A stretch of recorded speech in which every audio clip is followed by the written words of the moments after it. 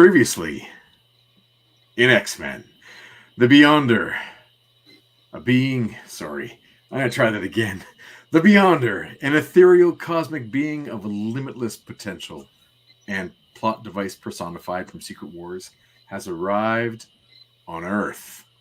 Recognizing the existential threat to all life, Rachel Summers, now claiming the mantle of Phoenix, is determined to use her immense abilities to destroy the Beyonder. I am Jason Lapidus. I'm Chris Sanagan. And we are Group of 7 Comics. Welcome to episode 131 of our ongoing Tuesday night live stream read-through of the X-Men comics that became classic as we read Uncanny X-Men, issue 202 by Chris Claremont, John Romita Jr., and Al Williamson. Cover date of February 1986. Of course, it would be made in 85. It just says 86 on there, but there you go. Chris, how are you? I'm good.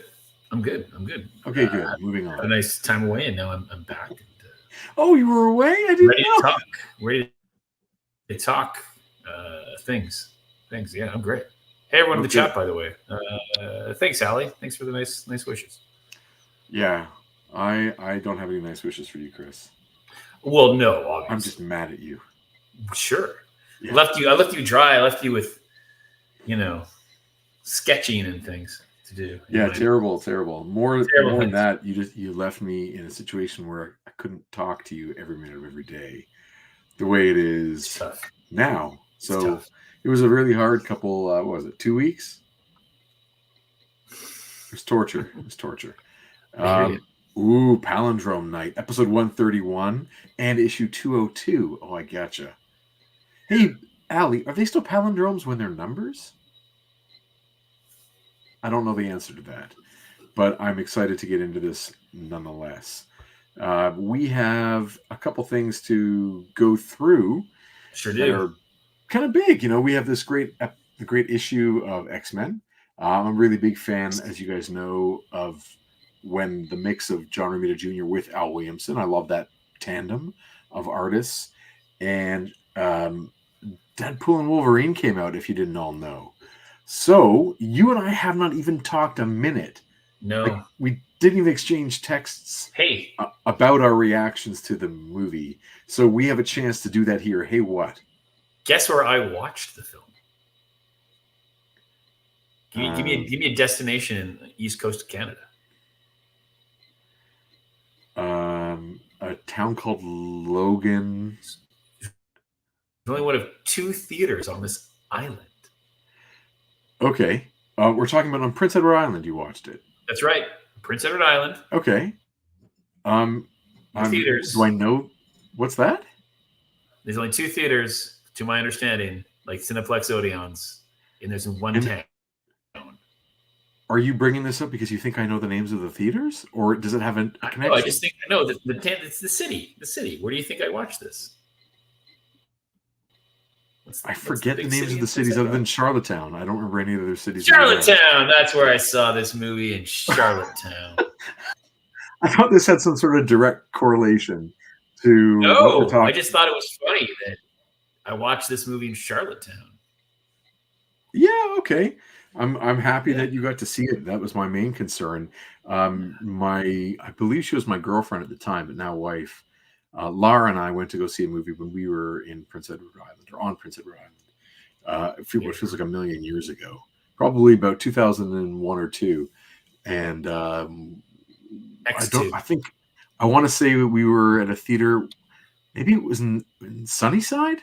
Does that sound right? Sunnyside probably has a theater. I wouldn't be surprised. We saw XXX. Well, that's got an X in it. Not related. We're so off topic. This is so off topic. You know what? Let's switch gears. Let's talk. Yeah, howdy to our friends in the chat. Of course, Michael, hello. Jason Jose, hello. Ali, hello. Chuck Dodson, hello. Was Prince Edward at the showing? No, yes. He was not. Of course not. But you can imagine he was. Whatever makes you happy. I'm glad you are all here. And just, I don't want to do a formal graphic, but spoilers abound. We have held off on talking about this movie not out of courtesy, out of practicality. We have not been together, so we haven't been able to chat about it. But we are going to spoil.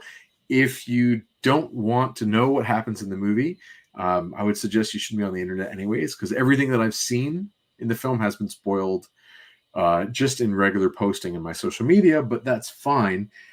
I would actually assert that a very small percentage of the movie's joy comes from the secrets that it reveals. They're all just fun, but it's superficial fun. It isn't like the more profound. So we're going to spoil slight things. Nothing really can be spoiled because the movie itself is Wolverine back on screen, which we already know. And that's the thing that I want to see, whether I know how it's going to end or not. I just find so much joy in that.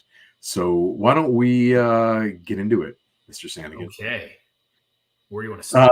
We'll start, I guess, with our just general thoughts, and then we get into the things that we really loved, and then maybe get into a couple things that maybe we weren't a huge fan of, or, we'll see. So tell me, what were your overall thoughts? I'm drinking some coffee. Good idea. I thought it was enjoyable.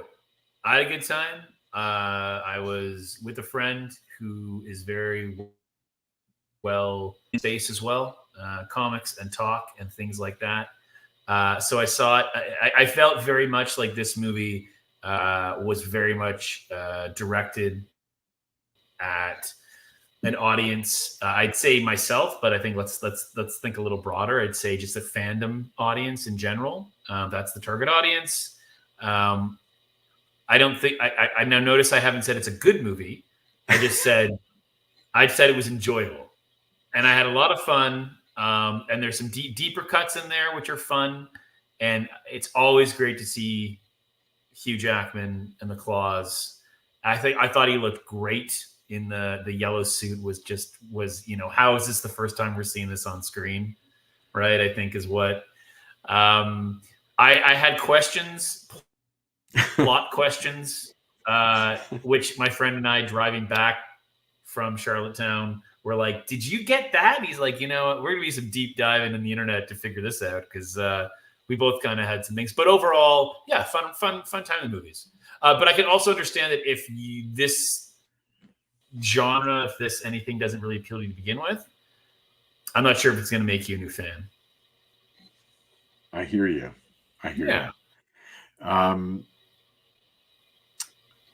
Yeah, I'm on pretty much the same page. I really love the idea that people like different things, and what qualifies as good is a very subjective thing. And I think for the purposes of our review, I think you and I are probably on the same page with that. That you can enjoy something where it's not necessarily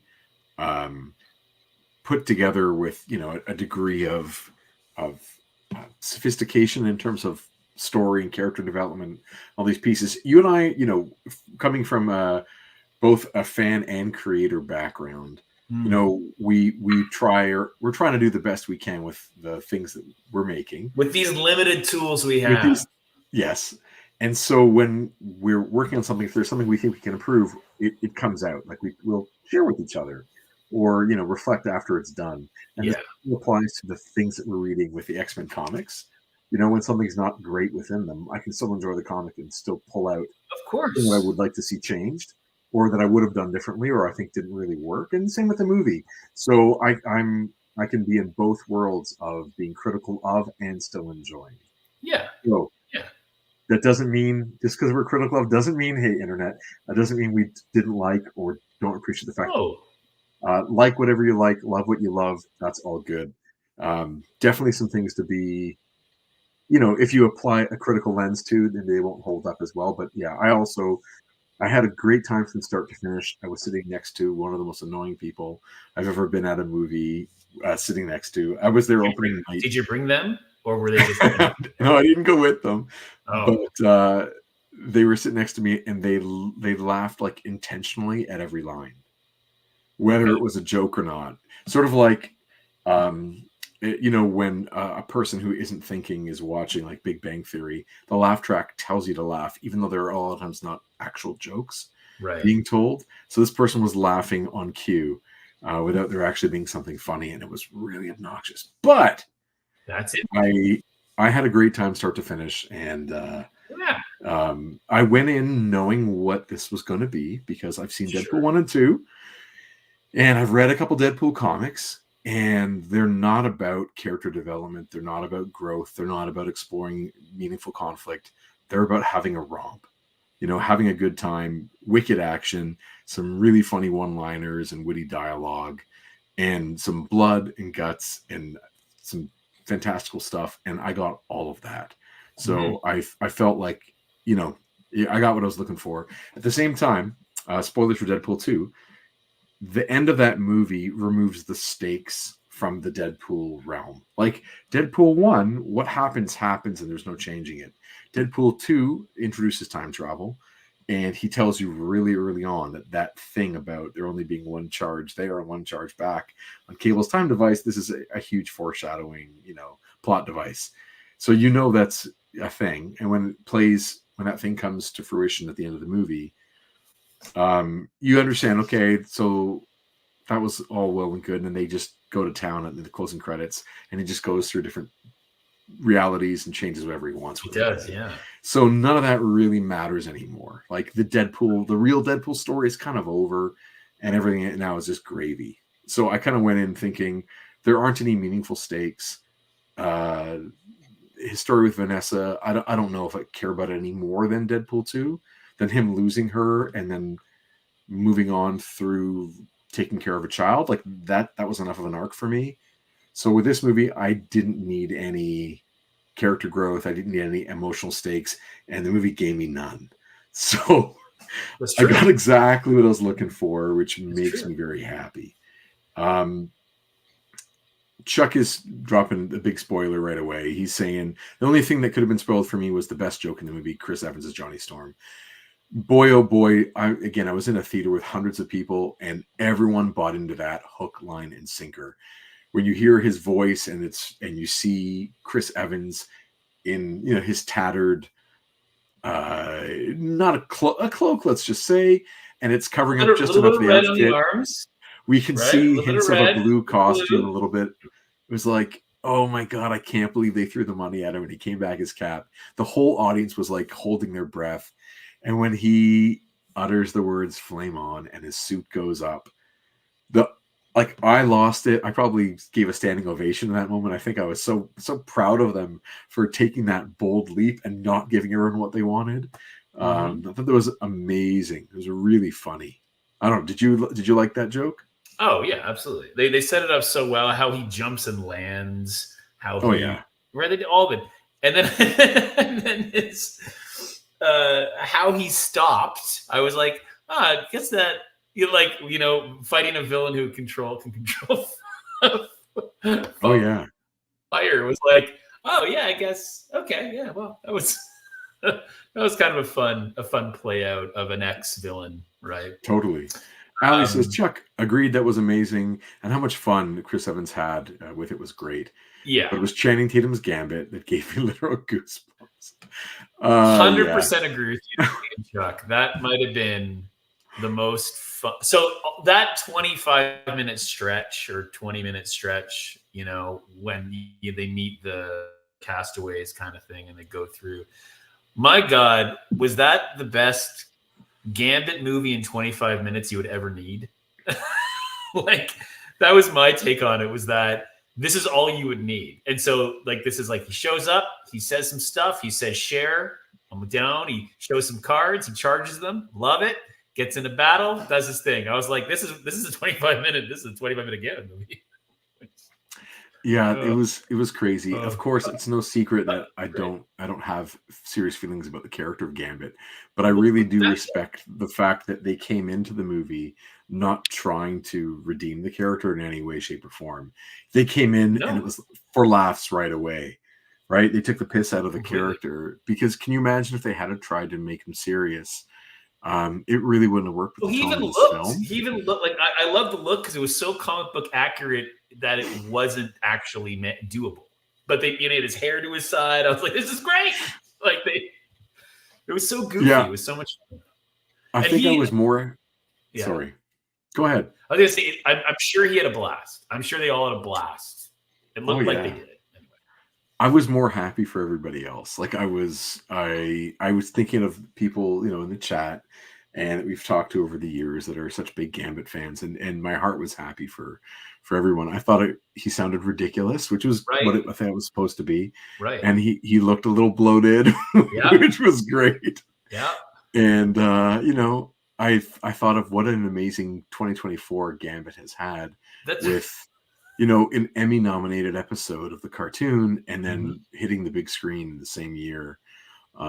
It really is so much fun for people who love that character, and I was smiling ear to ear with just that. I was also really, really pleased to see, which I had not heard about until there was a whisper about it about the week before, with the return of Wesley Snipes as Blade.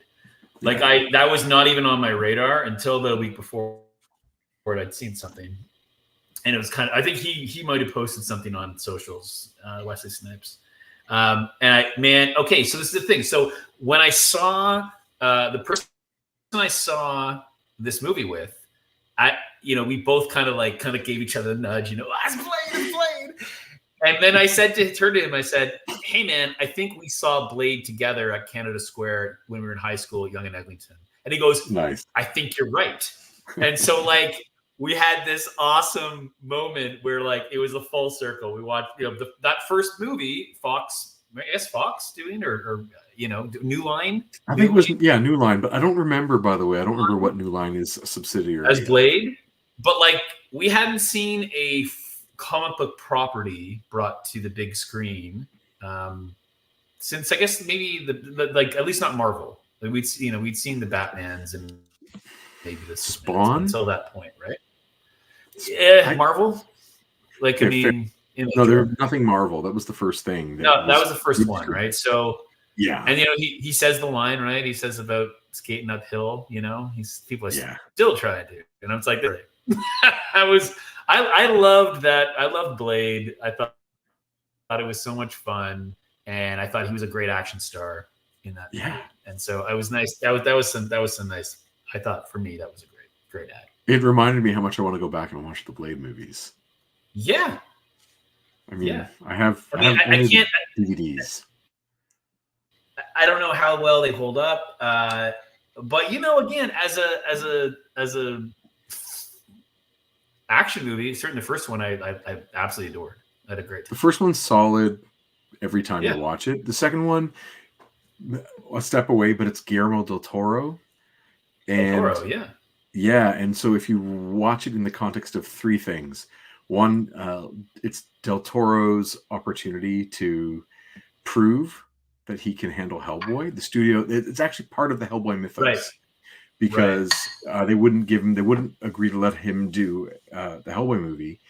Yeah. Especially not with Ron Perlman, unless he does Blade 2 first. So he casts Ron Perlman in this really butchy role to show Ron Perlman as an action actor to Western audiences, because he'd only been known for playing freaks and in he was Quest for Fire and was he the Beast? And of course he played the Beast on the Beauty and the Beast TV show. Yeah. But in terms of feature films, the Sean Connery movie with Christian Slater as his apprentice. Someone in the chat will remember which one it is. It's a classic mystery. It takes place in a monastery. Yeah. And it's written by In the Name of the Rose. And the Name of the Rose. Thank you. In the Name of the Rose. Umberto Eco. Yeah. So it's he's only played these characters that are not normal looking, and he wasn't in a great position to be the leading male or the leading star. So Mignola is on set for that Hellboy stuff. He goes with Guillermo del Toro, I think, to Prague to film that movie, and he takes part in some of the creative work with del Toro. So Blade 2 has part of that story of production with Hellboy. So as a Hellboy fan and as a Mignola fan, I'm interested in now rewatching that through that lens. Of course, now Blade 3 is worth watching because Ryan Reynolds. It's insane. So I'm quite set on watching those three movies again at some point, maybe in the next 2 weeks. All that being said, yeah, Blade and Elektra, which you and I saw together in theater, We was one saw of the Elektra worst movies I've together. ever Looks seen. can kill. That was the tagline of the movie. Was it really? It was. Yeah, what a piece of junk that was. You know what? But she had maybe the great throwaway line in the movie when they talk about Daredevil. Oh yeah. I was explaining to my kids. I mean, my son Ben, who's only 15, he went to go see Deadpool and Wolverine. I had to sort of just, other than the regular parent checks, I wasn't really happy about that, but I wasn't gonna get. Oh, Harry saw it with me. I'm not judging. And a half. I'm not judging you. You're on family You. vacation. You're like, come with me to see Deadpool and Wolverine. Yeah. And his favorite thing of the whole, because I kept checking, you good? And his whole thing was dog poop, Mary Poppins. Oh yeah. Like, that's the best thing I've ever seen in my life. I'm like, what the rest of the movie? He's like, nope, dog. Yeah, he saw those scenes. So I had to explain to my boy about about Ben Affleck and Elektra and like that history there. Jennifer. It was great line. I'm happy that it all worked out the way it did. Just looking at what everyone else is saying, they're talking nice. That's good. Check ads. The title of the Deadpool movie should have been Deadpool Saves the Pre-MCU Universe, because that's literally what he does. Yeah, there you go. And hey, Joseph Ricci, how you doing? Hope you're well. Thanks for joining us tonight. So I liked almost everything. Like I said, I enjoyed all of it. Super cool to see, obviously, Hugh Jackman put on the suit. And not just put on the suit. Put on. So he puts, I don't want to go too far into it, but he pulls out as if it's a hoodie hood tucked in a I know. You're like, where was that the whole time? Sure it was. Okay, that's fine. It's a movie. Unstable Molecules. We can play along with that. That's totally fine. Sure. I was happy to see, of course, X-23 again. I was happy to see all the characters that they did show. But maybe then we can move from the stuff we really liked onto maybe some of the let's pick some nits, perhaps. Do you want to do that, or do you want to keep talking good? Sure. No, you go ahead. You got someone. Matters to You says, hi. Firstly, how you doing? Thought it was cool. A cool roster of characters, but definitely would have preferred Affleck to Garner.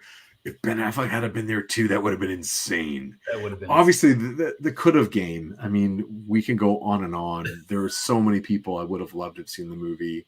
I think we would have loved to have seen Cyclops return. Dolph Lundgren as Punisher.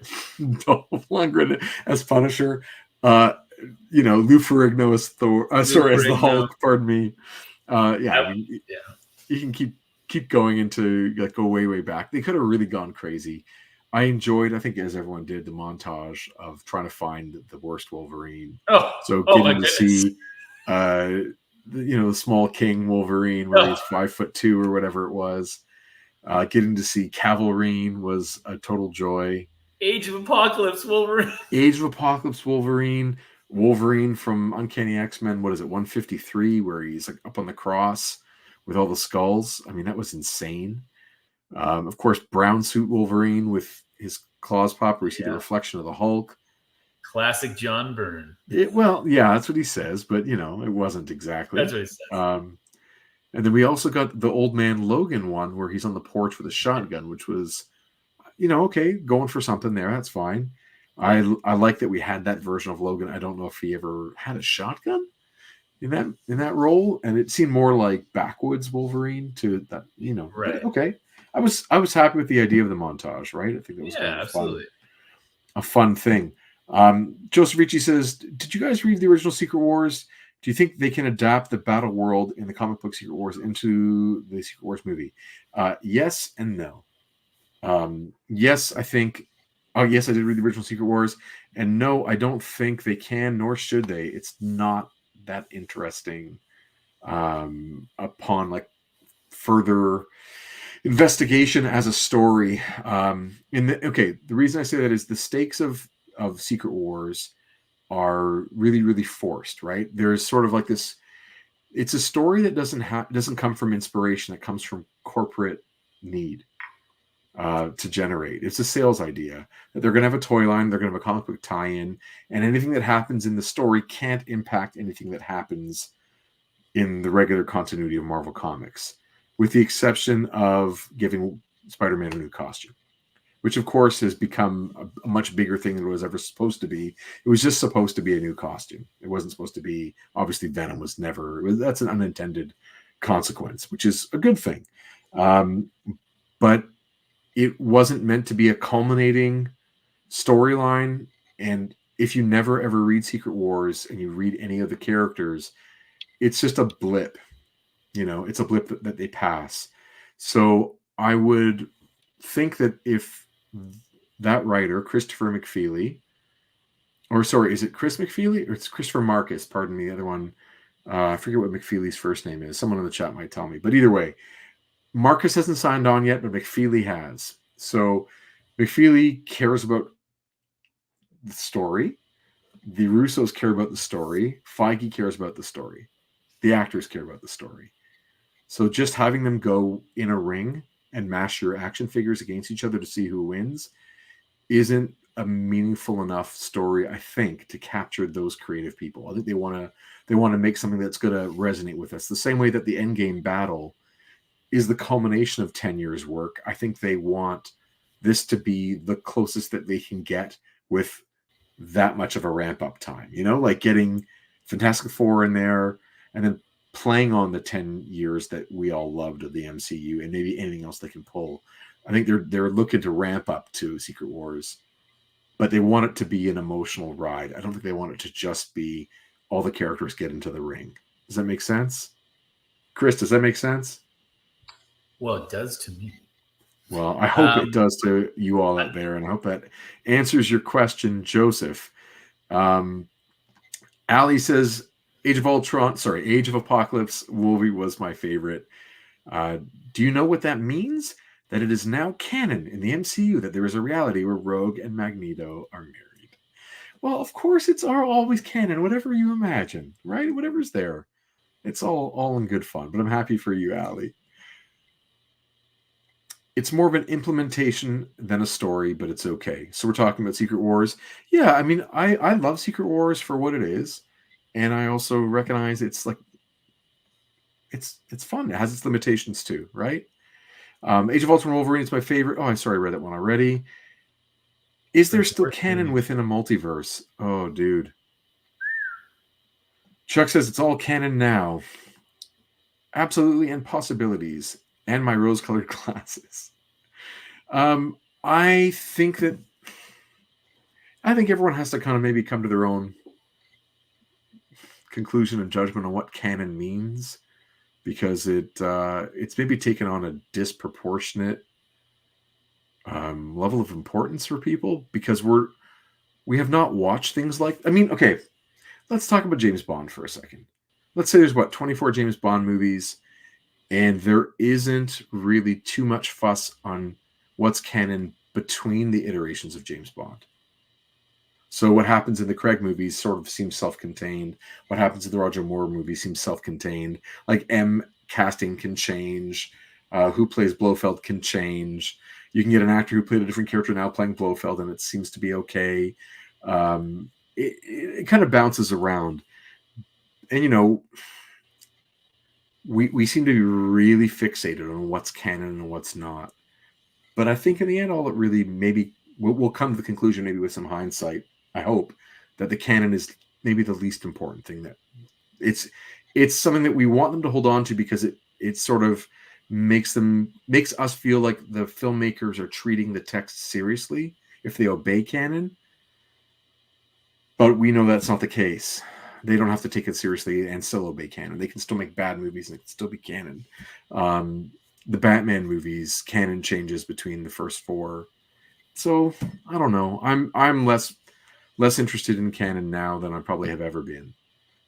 I also think perhaps in the context of, let's say, like the MCU, for example, just the films, this is they're a bit of a victim of their own success, and they kind of do this to themselves a bit by building a 24, 25 film, whatever storyline, connected universe that ends with a two-parter, and then that all was contained, and then started the next phase and introduced other aspects, which we're talking about now, multiverses and time travel and stuff. And so I think they kind of, there's a little, and people maybe having feelings which way or the other, how things should go, and maybe then demonstrating that, through their through watchability and viewability, that like what they're interested in, what they're not interested in. But I think the one thing that this film I think has done, or at least it's the most chatter I've seen of an MCU movie or in a Marvel movie in a long time.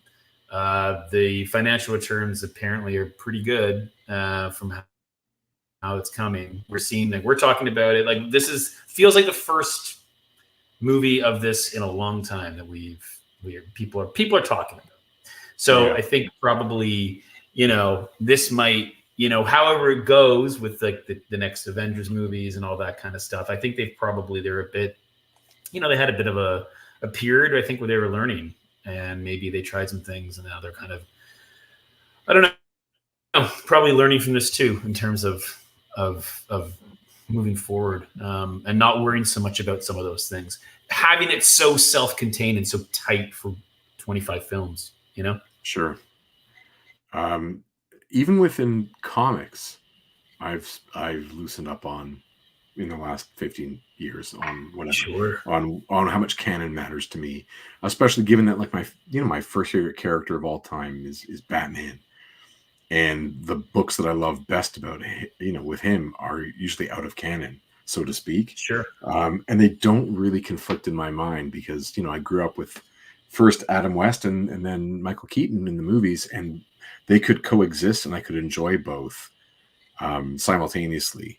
And they were both Batman and both different. And, it's maybe those really broad strokes I just need to kind of match up. Like, oh, I guess I don't even need him to match up. Is he a good guy in both? Okay, maybe he's Batman and and this is where it comes down, I think, to story, right? So, right. Where's your focus, right? And if it's something, if you're driven by something that's, story driven, you're going to gravitate to those things that are not, they're just great stories. So even with X-Men, like I'm the Chris Claremont continuity, like within that, I want that to hold. The premise after that, I'm all good with whatever happens after that is not necessarily being bound by. I think maybe in defense of canon, okay, just for fun, maybe my feelings are about intentionality and respect and craft of the writers. So are they being lazy and ignoring what they put down on paper in months or years past and just changing it so they get themselves out of the corner they painted themselves into? Or are they actually working the one long thing so that there's payoff at the end? You know what I mean? Like, for instance, the spoilers here, the fact that at the end of it all, Thanos says, I am inevitable. And Tony comes back with and I am Iron Man. And the fact that connected to that first movie, and I know that line was like a last minute add-on that right. Downey had already wrapped, but boy, oh boy, like how meaningful was it that there was that connection from that 10-year jump? It was such a powerful moment, and it was almost like that thread had been planned the entire time. It felt like that. And I think I don't expect that level of it, but I do want to know that writers care and they're taking it seriously. And if they obey the rules and the timeline that they've set out, then I can trust them and I can open up my heart to what's happening in the story, because I know they're going to take me on a ride and I'll suspend my disbelief. If I don't think they're going to take it seriously and they're going to just go willy-nilly, then I will no longer suspend my disbelief and I won't invest in the characters. So that's like my defense for the idea of keeping something canon. And keeping it a sacred timeline. But at some point, it becomes a problem when you try to merge these things that were created independently. Okay. And now, like, all these movies are secret sequels, and they're actually all canon, and it's, like, all right, it's all out the window now. But I would love it if there was a master plan in all these stories, and the 10 years of MCU that gave us from Iron Man to Endgame, that sated me. Like I'm good, and I don't need it. I don't think I can go on that ride ever again. one more thought about this. Of course. I think I got it maybe from Nando V Movies is the channel, or it was Patrick Willems. I can't remember which one. But anyway, one of those two put forth this idea of switching the order of a couple of the movies in, I think, phase 2. And they basically said, like, one of the downsides of Age of Ultron is that it comes after some of the things, like it comes after Iron Man 3, where he's supposed to give up being Iron Man. Okay. Like throws away his thing, and gives up having a suit and all that stuff. And Cap, they figure out there's no, like, Hydra is part of S.H.I.E.L.D. So there's kind of no more S.H.I.E.L.D. at the end of Cap 2. And then Age of Ultron comes, which doesn't pay off either of those threads. The idea was that, like, S.H.I.E.L.D. still shows up in that movie, like Fury still shows up, and Tony is Iron Man at the beginning of that film. That all being said, if you, like, shift things a little bit and tweak who Baron Strucker was, whether he was Hydra or whether they don't know who he is, maybe that's actually a clue. Like, if you imagine that Cap 2 and Iron Man 3 are after instead of before Age of Ultron, it can change some of the impact of certain things that happen in Age of Ultron for the better. So when I heard it, and I heard the very detailed argument, it's like maybe 40-minute video, it won me over. Like, well, we should switch these things. So in my head, I just switched it. Mm-hmm. You know what I mean? Mm-hmm. Headcanon just took over. So you can...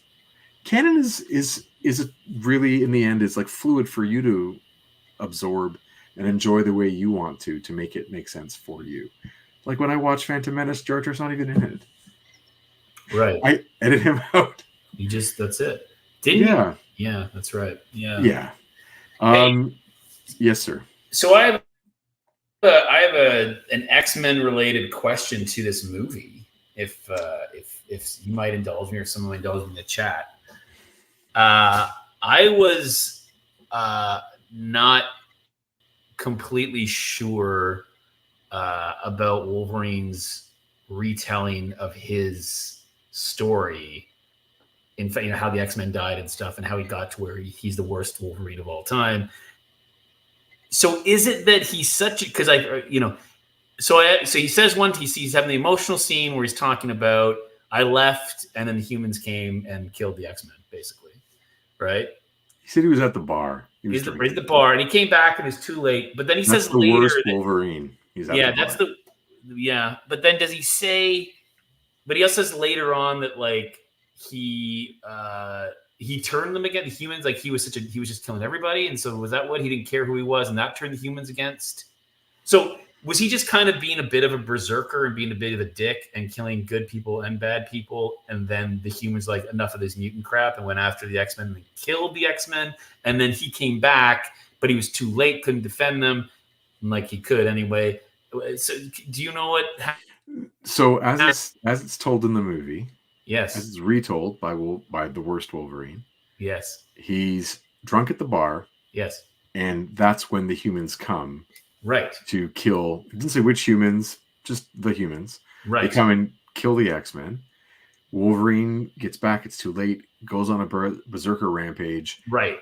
Kills those bad guys and many, many, many more. Yes. And that overall turns the mutants lose all sympathy with the humans.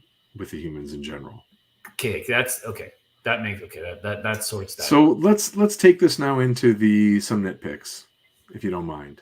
Oh, no. Would you like to go first, or should I? No, you go. Okay, that was a nitpick of mine, by the way. Just right to that spot. Yeah. It's dark, I know, but of course, Old Man Wolverine, in the series by Mark Millar and Steve McNiven, Wolverine comes back and finds that the supervillains have shown up at the house, and he kills them all. And then he realizes, of course, as it's revealed to him, that Mysterio and the other villains, and you can say it's the illusionist, like you can make it Mastermind, you can make it whoever you want, they had made him think that he was fighting supervillains, but of course it was really the X-Men. And my gosh, would that have been a more powerful, like if this is the multiverse, and you have the worst Wolverine. The worst Wolverine is not the one who's at the bar and missed it, and then comes back and kills some humans. The worst Wolverine is the one who killed the X-Men himself because he was confused, disoriented, bloodlusty. Like, he was drunk and killed all the X-Men. Drunk. Yeah. That's where I thought they were maybe going with it, truthfully. I wanted that so bad, because that version of him definitely doesn't deserve to be alive. And that part of, spoilers again for if you haven't read Old Man Logan, which I'm going to recommend, even though it's, pretty brutal in some unnecessary ways. He tries to kill himself. He lays down on the train tracks. He puts his neck on the rails and waits for a train to come. And he takes that pain, and it doesn't kill him, but symbolically for himself, the character, he says that that killed the part of him that he think came before, and he'll never be that man ever again. He'll never take his claws out. And so I found that really powerful. And they touched on that in, of course, the movie Logan. And it was sort of Professor X who lost control. Who had lost control. Which I thought was great. But again, you can iterate on that idea for this movie. And again, it's supposed to be the worst Wolverine. So yeah, that might have made it too dark. Maybe it wasn't the direction they wanted to go. But for me, being aware of that storyline and that possibility, I bumped up against that while I was watching the movie for sure. Yeah. Well, they talk about it too, right? They talk about him. This Wolverine failed his entire universe. You're like, oh, he must have done something super bad. And it's like, he was drunk at a bar. Yeah. I did like the connection between, I think it was a clever device to be like, and so he wears the uniform because that was the joke. He would never wear one, but he does it because he feels like he has to honor. Yeah. And I was like, I thought it was I like that. better in the interviews explained that I watched than it was actually in the movie. I never saw the interview. Yeah. Well, I felt I didn't really get why he was, I don't know, when I was watching it, maybe I missed that line. I didn't really understand why he was wearing the costume, but the idea that he feels like it's kind of a curse. He's kind of lugging this thing around almost ironically and as a reminder, I thought that was a good idea. I also needed, as I always do, one line explaining the costume. Just not why he's wearing it, but why it is the way it is. So, for instance, a joke about, the color is because he wants his opponents to be scared when they see their own blood on it. Something that, like, when it's dirty and torn up and your blood's all over it, it really shows up. So that's why he's wearing this. Like, that's why it's not a black suit. Because there is no... It doesn't match his character, his personality, to wear this in any way, shape, or form as a costume. And it never has. But we understand why it happens in the comics because of the world of 1974 Marvel. But it doesn't make sense as to why it happens in the MCU. So I just need a line, like maybe he has a dark sense of humor where he likes the contrast between the way it looks and the way he is as a person, or like I said, something about it's because it looks great when it's got your blood all over it, and that mask scares the shit out of everybody when I wear it. Right. So like I just need one insightful line that justifies its existence in his mind, because the Wolverine I know from those movies won't even talk to you at the bar if you say, hey, my name is Charles Xavier. He said, go fuck yourself. Like, there's no fun in him whatsoever. So I needed just a little nudge to get me there. But please.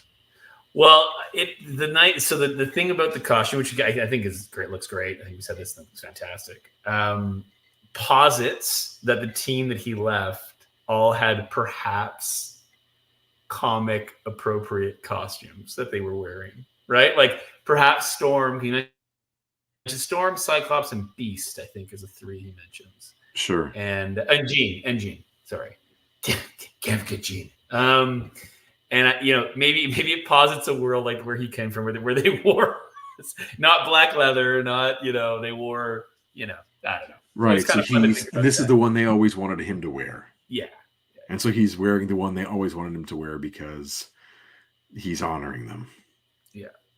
And they also wanted him to wear that mask. Like, okay, all right. What do you It's think of the fine. mask? I'll put it to this way: it works, but Sure. it doesn't sing to me. Doesn't sing. Like I want it to just ooh, oh yes, yes, that's why. But this is like a band-aid to me. It's not the perfect Right. melding. It's some duct tape. You know what I mean? Yeah, it I was. get it. It was kind of. Yeah. Yeah, there's so many comments here. I'm actually so far behind. But There's they're having chats their within own chats within conversation. chats. Yeah, they Chats are. within chats So within chats. I'm sorry if I didn't get to what's in there. I am trying to read it, but I'm also trying to keep the conversation moving. I was really excited to see, of course, as Matters to You says, Pim Falls. It wasn't called Pim Falls in the movie, I don't believe, but that is the name of the location in the world, in the wasteland that they go through in Old Man Logan, and it's like a skeleton that's significantly larger, and of course it's Pim, not Scott Lang. But yeah, it was super cool. I also thought it was interesting going back to the amount of characters, and who makes appearances, like who they couldn't get or who didn't want to do it, and so there's versions of them that look somewhat similar, and a bunch that are uncredited. It just, sure. Throw in this person here, kind of thing. I thought it was cool. Chuck says, I gotta say, I think At the Bar Wolverine is worse than manipulated into killing the X-Men Wolverine. So I'm gonna, in defense of that, I'm gonna say that's because he's apathetic, right? Like, because he doesn't care. And it's the fact that he doesn't care that is so devastating, because all he had to do was care, like just give a damn, and it wouldn't be that bad. But he didn't even give a shit.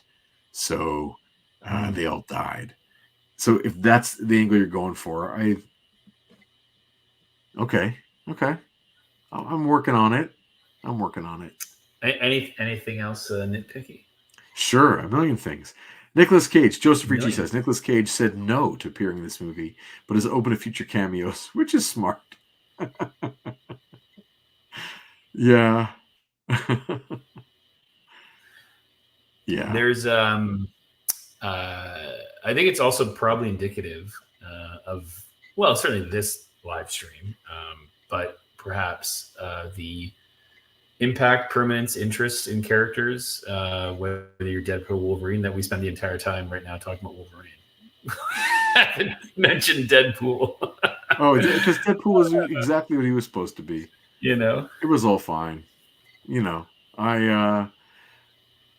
was so much. I mean, obviously, I think everyone really loved when he took the adamantium bones from Wolverine's grave, from Logan's grave, and used that as a weapon to defeat all those guys from the TVA.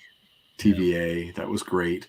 That reminded me, of course, spoilers for a comic book from 3 years ago, but reminded me, of course, of Wonder Woman: Dead Earth, where she goes and gets the skull and spine of a deceased Kal-El and puts her lasso up the spinal cord to like reinforce it, and uses that as a weapon, which is the most metal thing I've ever seen in the comic book. So I loved that part in the comic, and so this was like, oh yeah, okay, I gotcha. I know where this, I get where this is coming from. So I know I enjoyed all the other Deadpool stuff. I'm trying to think if there's any other.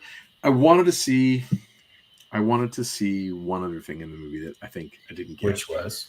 Well, so they keep calling it the classic costume, but of course this is the X-Men 97 version of the original Wolverine costume.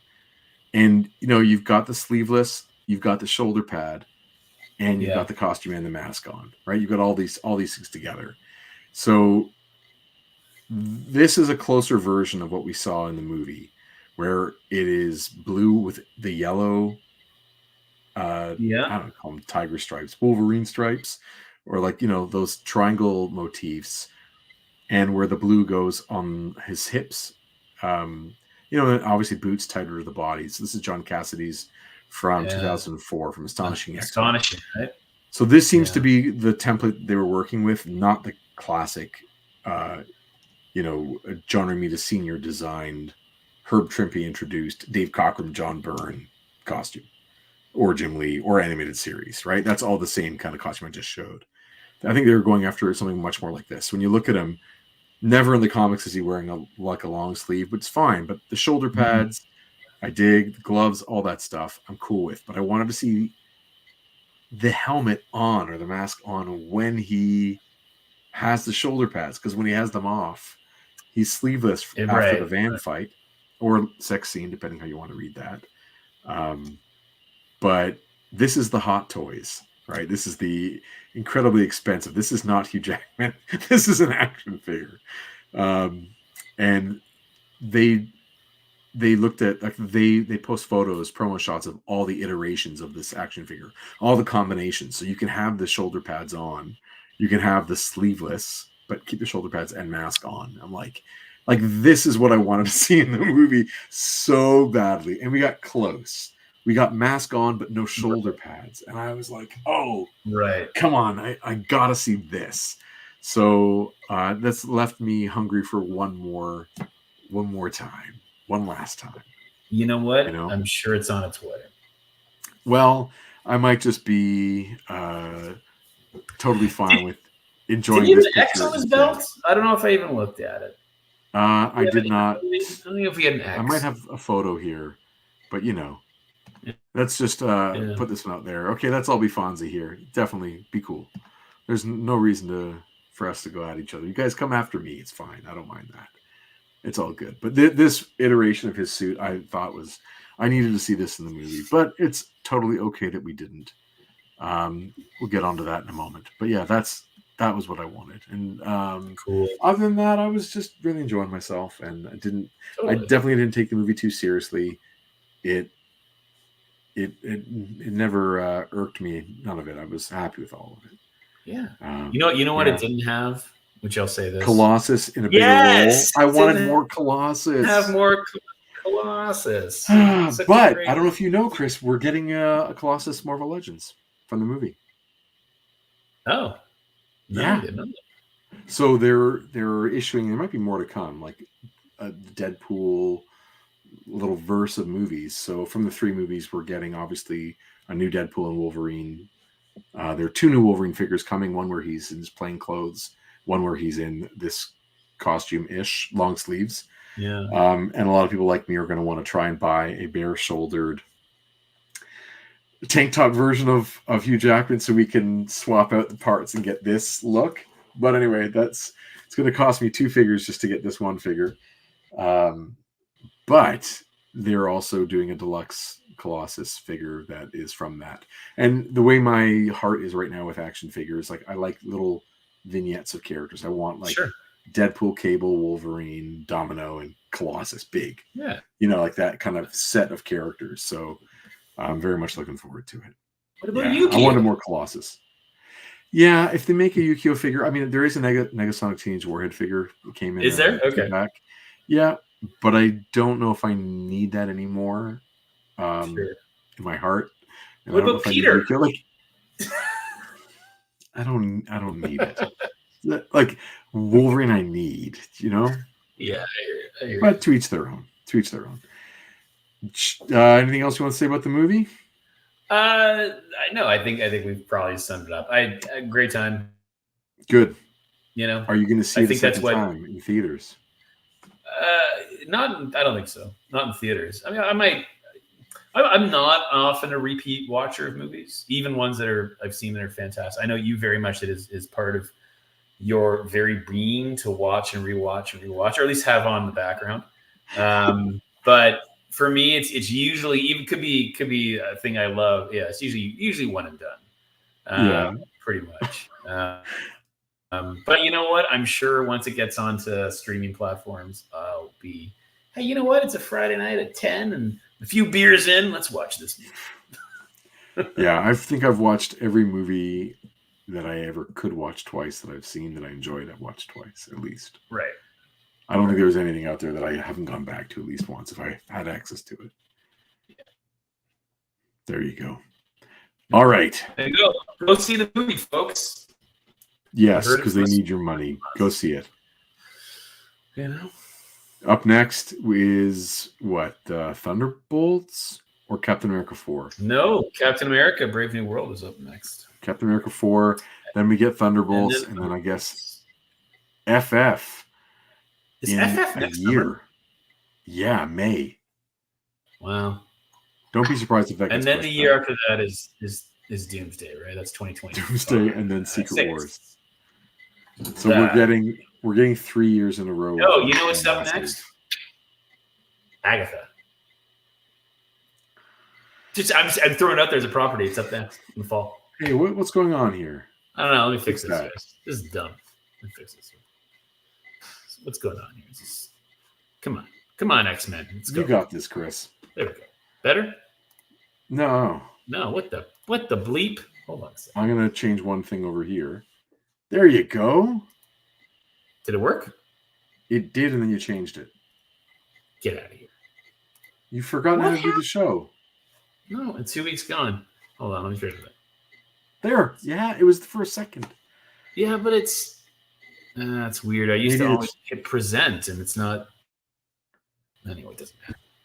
It doesn't matter because we go. So if I do this, oh no! What if you change the view to hide the banner along the side? Yeah, I hit present. 2-page view. I don't take that off. Okay, let me know. What's so strange? Sorry, everybody. I've done the exact same thing I've always done. Do me a favor. Go to the second page and leave it on that messed up screen and see if it's still that way. And now go to present. Try this one. Okay. So weird. You know what? Hold on. Let me close it and reopen. There. It's perfect. It's working now? Yes, it's perfect. Don't change a thing. Okay, got it. I don't know. I didn't even move your chair. I don't know what happened there, to be fair. All right, Chris, you ready for this? If I do this.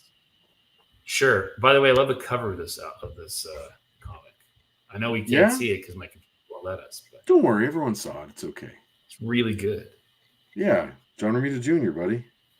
Well, it's also the action taking place, and Magneto seems to be melting the hands of the Sentinel, which looks good. Yeah, he's binding them almost, and Rogue punching through the chest.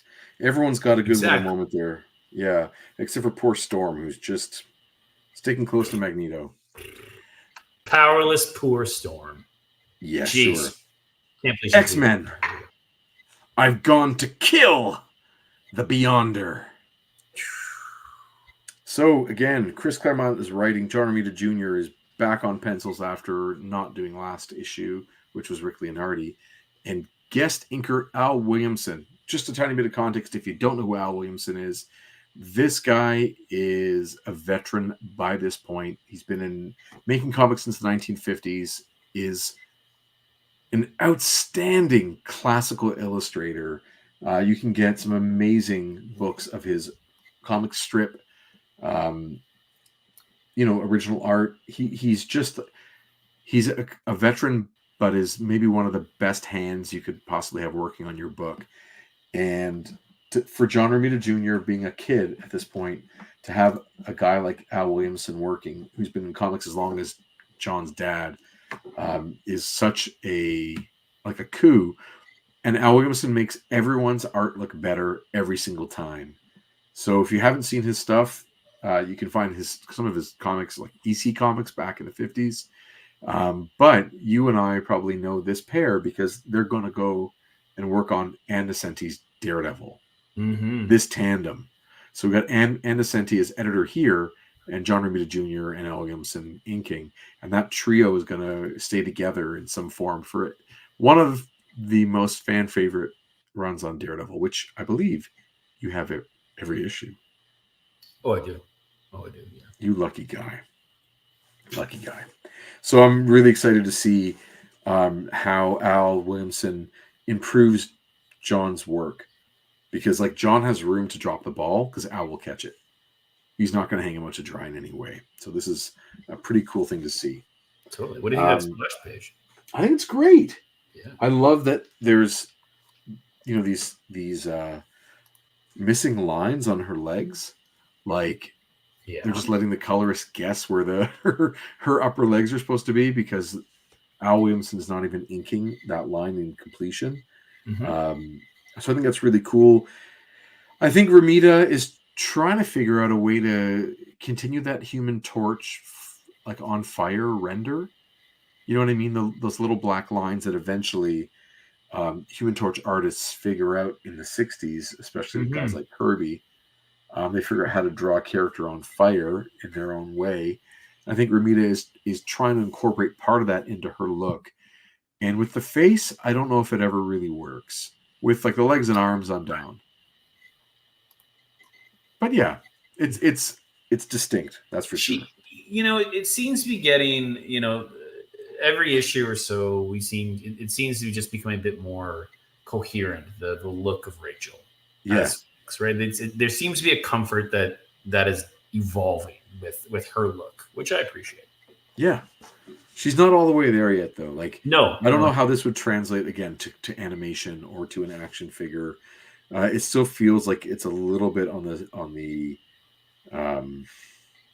I say sketchy. Like it's a little bit loosely defined, and not every concept of how again her face, like it doesn't all work to me. But you know, it's not far off. Mm-hmm. Getting there. Okay. So she's gone. She says she's gone to kill the Beyonder. The Beyonder.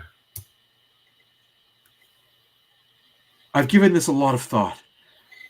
He's a threat to everything that exists. He has to be stopped. And I figure Phoenix is the one to do it. Wish me luck, X-Men. Goodbye. Your mama was Phoenix, Rachel. What are you? You're crazy. Storm! We got big trouble, boss.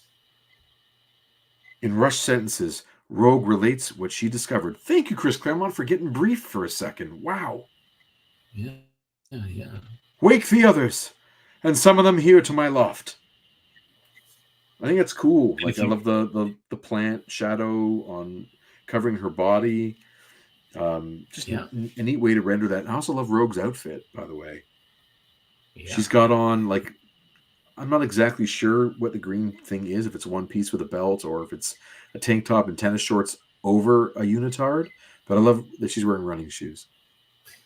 I also love how this is the first time in a while. It used to happen all the time, certainly during the Byrne Claremont run, Storm would be clothless in some degree in her attic, whether she was giving herself a rain shower or whatever was happening. And this just reminded me, it's 70 issues later. It's like, oh yeah, remember this? Remember when she's barely, under a bed sheet or something, But this time she's not. I don't think she's objectified. I don't think it's like a very sexual image. It's more like this is actually, if they were to really film this, it kind of would be like that. She'd wake up and again, those plants would cast that shadow from the moonlight. Mm-hmm. I think it's kind of actually interesting. But to each their own. Never a dull moment at Herr Professor Xavier's School for Gifted Youngsters. Sie wird just Nightcrawler. It sounds serious. The X-Men are a teen Colossus. We're her friends. Why didn't Ray tell us what she was planning? I lead the X-Men. I should have foreseen this. The responsibility and blame is mine. So she's just thrown on that robe and hopped down the ladder. Wolverine is just already reclined, smoking a cigarette. Like, I love it. JR does not miss any opportunity to have him to completely thrown over a piece of furniture. Who am I not realizing is third in from the left there? Oh, you'll spot it in the next panel. Oh, sorry. There you go. Yeah, there it is. Just got to go one panel over. The girl's bed ain't been slept in. She's probably been gone for hours. She rigged the holo projector to play its message when the door opened. We know the situation, guys. So what the heck do we do about it? Wish the youngster luck, like she asked.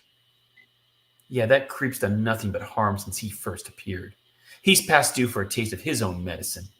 My only regret is that I won't be there with her for the kill. Sheathe your claws, Wolverine.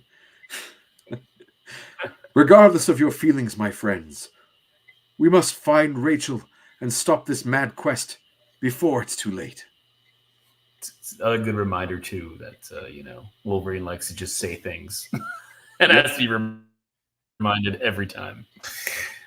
Why bother Storm? We've all experienced beyond his power. Do you really believe our young Phoenix can hurt him in any way? Perhaps not Nightcrawler, but she might make him angry. No. So in that, Wolverine pops his claws to show his powers, but don't forget Colossus also, when he was alerted, clearly put on Rip through turned to metal. Every and time. One panel later, he's like, I guess I didn't need to do that. Every time. It's like the smoke alarm goes off because he's burning toast. Yeah. You know? And so, in the headmaster's study that once belonged to the schools and X-Men's founder, Charles Xavier, but is now Magneto's. Assuming Phoenix is alive and on Earth, Cerebro should locate her. The system is designed to amplify its users' psychic abilities, making them exceptionally sensitive to the unique mental patterns exhibited by mutant minds. One major advantage is that we shall be seeking a specific brain trace. Cerebro is programmed with Rachel's pattern. It will ignore all others. Unfortunately, despite this, the farther away she is, the more difficult our task becomes. I never thought about this before, that someone else could use Cerebro even though they are not a telepath. Yeah, I guess. So, cool. Guess. I mean, cool. Yeah, I'm cool with it. I also am cool with the idea that he has, he's fully developed whatever psychic potential he could have, right, through his time with Xavier. So he has, he has a footprint, if that makes sense. Right. Sure. I'm cool with it. It doesn't bug me that much. I think didn't they kind of, have fun with that a little bit in X-Men First Class, where he builds Cerebro, but kind of builds it with Magnus, and so he kind of has it in mind with him. Like there's like a history there. Sure, it's their love child. Called Cerebro. Yeah, I'm cool. Cool. Whose fault is that, bub? Gizmo worked fine till you monkey with the Earth's magnetic field, so as to inhibit long-range telepathic communication. Of course, back then you were a bad guy, just taking care of business, making sure Charlie couldn't use Cerebro to nail you. Kinda rough, ain't it? Being hoist on your own petard. Tell me, Wolverine, are you always such an ill-mannered lout? Suppose I am. Wanna make something of it? Perhaps in my own way, my own time. I'm going to pull the adamantium straight from your bones. You do realize that you were the worst. You do realize I can just throw you through a wall anytime I want.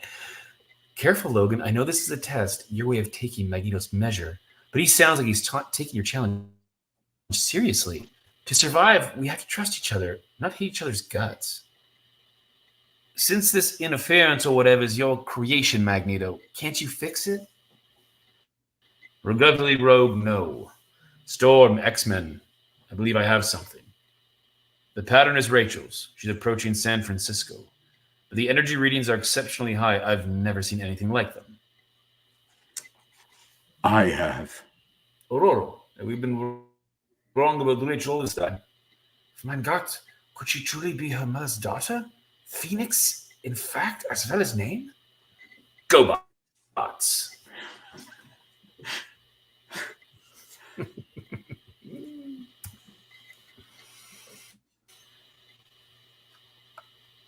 We're going to push your performance here, Chris. He's beyond it, right? Oh, well. Okay, here we go. There we go. Okay. I am from beyond. There I was all. Here I am but part of a greater whole. Since my manifestation in this reality, I have traveled and questioned. And among the things I have learned is that those who have a purpose feel good. So in order for me to feel good, I must have a purpose. Mine shall be to heal people so that they too shall feel good. This is writing at its finest. And their lives will have purpose, and they will go forth and achieve their fullest potential, to find their true role in the fabric of creation. It's funny that you take like this approach. Not what I expected. Well, there you go. Have you seen him before, by the way? Orson Welles? Oh, yeah, it's Unicron. I was gonna say, like, it reminds me what you're doing is like Galactus. It's Galactus. He's more like an actor with a Jerry curl who's trying to understand what it means to be human. Like, to be on Earth and to walk with the animals, talk with the animals. Like, yeah, it's funny. Yeah, He gets to bring the voice with him, though, from the stars, from the heavens. Yes. This flower, these people, this orb, this cosmos, each has its beginning, and each beginning carries within it the seeds of its own destruction. They are finite. I am not. I begin but have no ending. Or is it perhaps that I have not yet found the proper means? There, on Alcatraz, a fitting place, butcher of worlds, ravager of souls, for your execution. That's splash. And I cannot think of another inker that could do such a gorgeous job of probably bringing more out of Romita's pencils maybe than was actually there. Like, this is an unbelievable piece of art, this page. Mm-hmm. I'm blown away. I bet you Romita was so fucking grateful. It looks amazing. Anyway, this is really, really great. And to have it, page 7, like it's, yeah, it's a wordless page. We don't see that often. No, we do not. It's fantastic storytelling. It's so good. Speaking of the GoBots. Speaking of the GoBots, they're awesome. We have met before, this newborn star and I. Yet X-Men for all her 196. power, oh yeah, sorry. No, it's okay. All her power, this fragile blossom is no less fascinating. Nothing happened? I flared like a supernova. I hit this island with all the power I possess. And outside of this patch of fused earth, did absolutely no damage. I would not allow it. I know why you are here, Phoenix, and what you think of me. You are mistaken. I mean none harm. I don't believe you. I know that too. Just like your dad. You're a history buster. Like, I love his fashion choice, by the way. Again, he's got the soul glow. Mm-hmm. He's got his sleeves rolled up. His collar popped. That's why that's why he has such a crazy voice, because it just doesn't matter. And he talks like this. He could be singing Rocky Amadeus. You know what I'm saying? Right. Totally. Could be. It's got the white high tops. I love it. Yeah. Does that outburst make you feel any better? Alive? Impossible. Not for me. I won't quit, monster. I'll keep trying. I'll keep on coming. Until you get me. You could as soon destroy the universe. Since my manifestation, I have striven to understand. Yet all of those I thought could teach me comprehend so little themselves. They perceive pieces, I see the whole. They are apart, I desire unity. If life is such a pain, chum, there's a simple solution. The one you know best, of course. Rage consumes you, grief eats away at your soul, because you believe you failed those you loved best. Why did they die and you survive? For all your power, you could not save them. That guilt, your secret shame, keeps you from achieving the potential, the destiny that is your birthright. We're in New York. This isn't illusion. It's real. In the blink of an eye, the Beyonder shifted us in space and time We've been transported to the 21st century, the future era I came from, the world that's yet to be, in America where mutants were hunted down like animals and slaughtered on sight.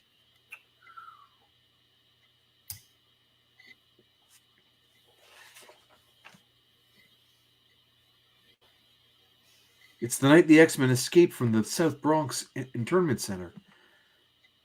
This is the tunnel where... No! I won't let this happen again! You have no alternative. Like Ebenezer Scrooge and Charles Dickens' A Christmas Carol, another book that I came across while on your earth, you may observe but not interfere. Franklin! I cared for him. I felt his death in my mind. I still do. Here, the Baxter Building, the old headquarters of the Fantastic Four, is where the X-Men made their last stand. I felt them die, too.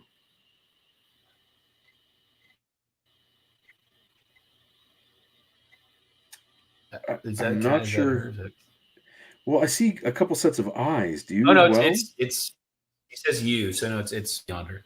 And this is where Catherine Pride faced the ultimate sentinel, Nimrod, after sending you to what she prayed was safe haven in the past. The past, but not my past. Not the history I remember. This is a different timeline. One where Rachel Summers can't ever be born. You have seen everyone you care for slaughtered. In a sense, you are the sole survivor of your world, of your race. Small wonder now that you have a second chance.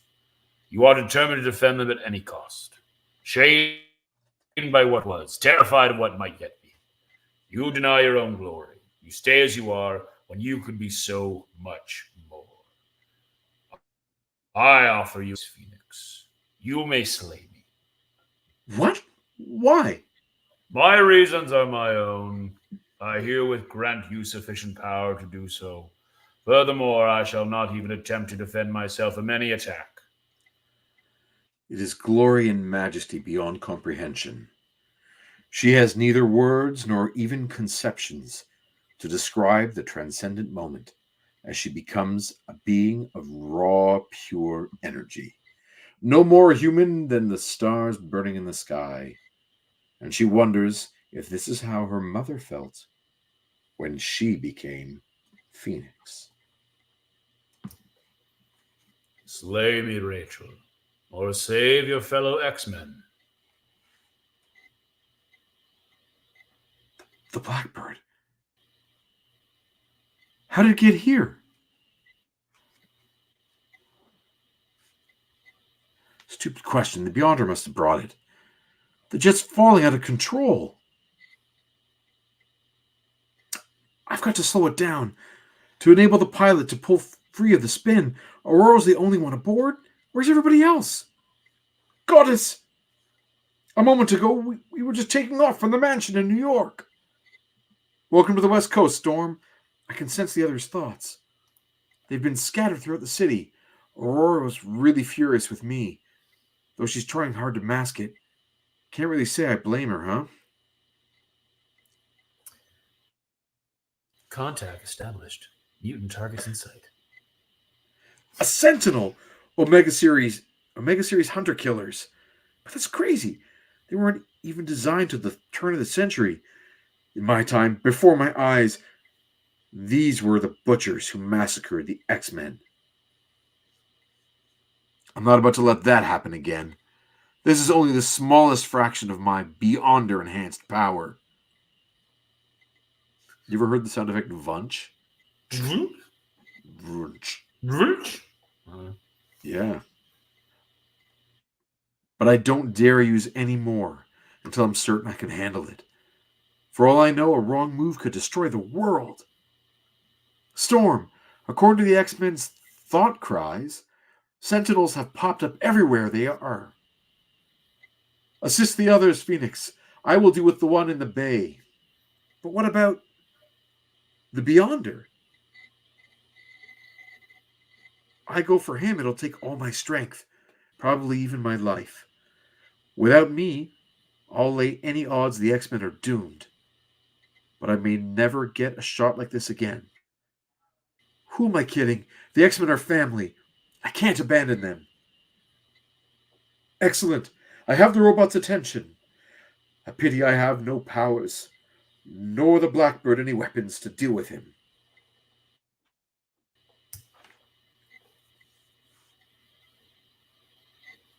I dare not duel the Sentinel anywhere near the city.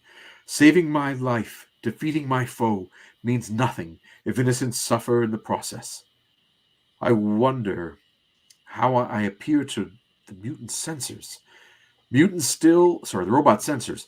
Mutants still, despite my lost powers, or human. An amusing irony that I, a child of nature, so-called goddess of the winds, now need this ultimate expression of technology in order to fly. Phoenix, do you hear my thought call? Loud and clear, Storm.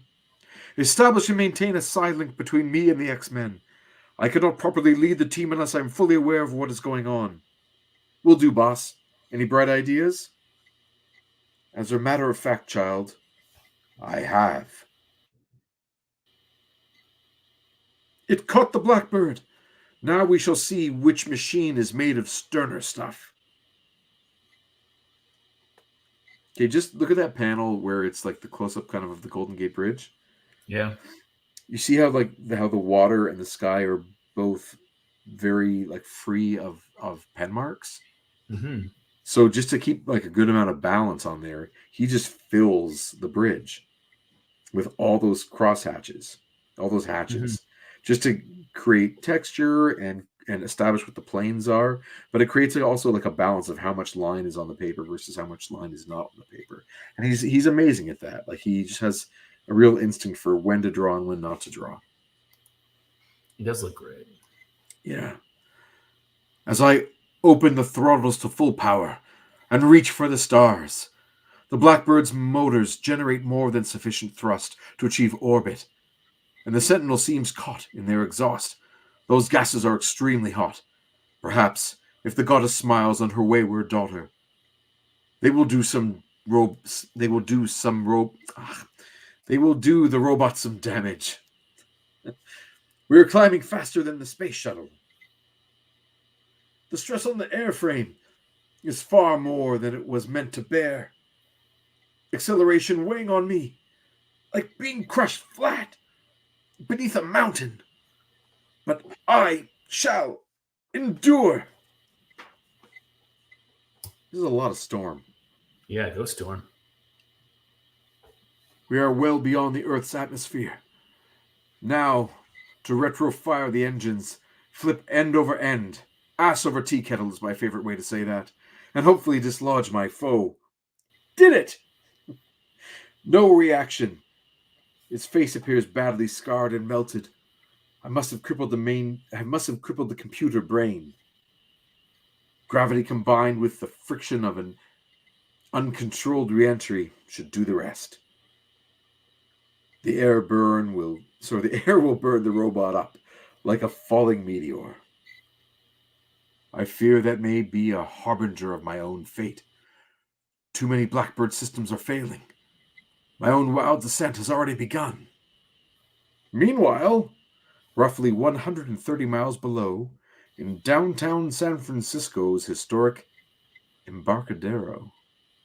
Antagonist, mutant entity Magneto. Primary ability, manipulation of magnetic forces. Non-ferrous construction of this unit minimizes vulnerability. Catchweb will neutralize antagonist. Entity's power. Notice, by the way, Magneto is no longer wearing the costume he wore in issue 200. He's not. So the one they decided to bring forth for X-Men 97, the Trial of Magneto costume, the one that I believe is a product of Al Milgrom, who was doing Secret Wars 2, which is the first appearance of that costume, I think, as far as I can figure out. It's ditched almost immediately within another issue, right? It's not used again. We're into baggy pants and long sleeves. It's interesting. Yeah, And I so don't what is think he? it resonated. I don't think JR loved it, and probably editorial let him do. Let him A change it up. catch web? Is it like it's obviously a non-metallic thing? Yeah, invented by Yes. Sir Cachicus Webicus. Yeah. Yeah. Best known for that.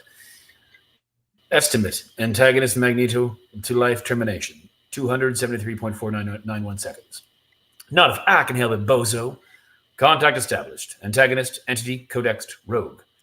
Defensive countermeasures initiated. Ah! The wicked backlash sends Rogue reeling across the plaza, through literally scores of unsuspecting commuters emerging from the Embarcadero Muni station, with, for Rogue, disastrous results. My costume in shreds. All these people I touched. I'm absorbing their thoughts, emotions, memories, personalities. I can't help it. So many of them. I'm scared, angry. I'm sorry. I didn't mean. They're inside my head. What? Nothing left of my own self or me. Lucas filming a movie. Publicity stunt. The woman stuck to crowd. They died! No, they're only stunned. She murdered them. She's a mutie. Get her! Leave her be, bub, or you'll answer to me. The bouncing Wolverine. Yeah, it feels like he's kind of bouncing The out of leaping nowhere. Wolverine. He's got a That one little could use, bat rock in him there. maybe could use a little bit more rendering, I think. But there's lots of comments about some of the art here. Hallie says, "Yeah, the flight deck of the interior of that Blackbird is as big as the Enterprise." Love the style of Blackbird's depiction. It's so stealthily dynamic. Yeah. The Blackbird, aka a Cobra Night Raven, both based off the same design. Well, the Blackbird is an SR-71 Blackbird is is a real plane. So they've moved away from the older X-Men. What did they call the other one? Stratojet, I think, to this one. And if you watch the X-Men 97, they used the Stratojet and the Night Raven at different times. Or sorry, the Blackbird, pardon me. But the Cobra Red Night Raven from G.I. Joe is a much more angular and scaled down version of a Blackbird. Matters to You says, worst Rogue looks like a different person changed in that last minute to be Rogue. Hey, maybe. I don't know. I didn't look at that, actually. You can see an actual SR-71 Blackbird on the flight deck of the Intrepid Museum in NYC. Oh, that's awesome. I would love to go see one. When I was a kid, I was pretty obsessed with that plane because it was in everything I was, it was in my X-Men and in my G.I. Joe. Sure. And when I went to the, I guess it was the Aeronautics Museum, or I don't know what museum, was in Ottawa on our grade 8 field trip.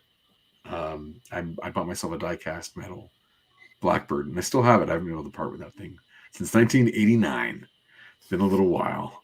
Sweet. Yeah, I've got to go to that museum. That's so cool. There you go. Okay. That's And a cool I fucking love this one. Yeah.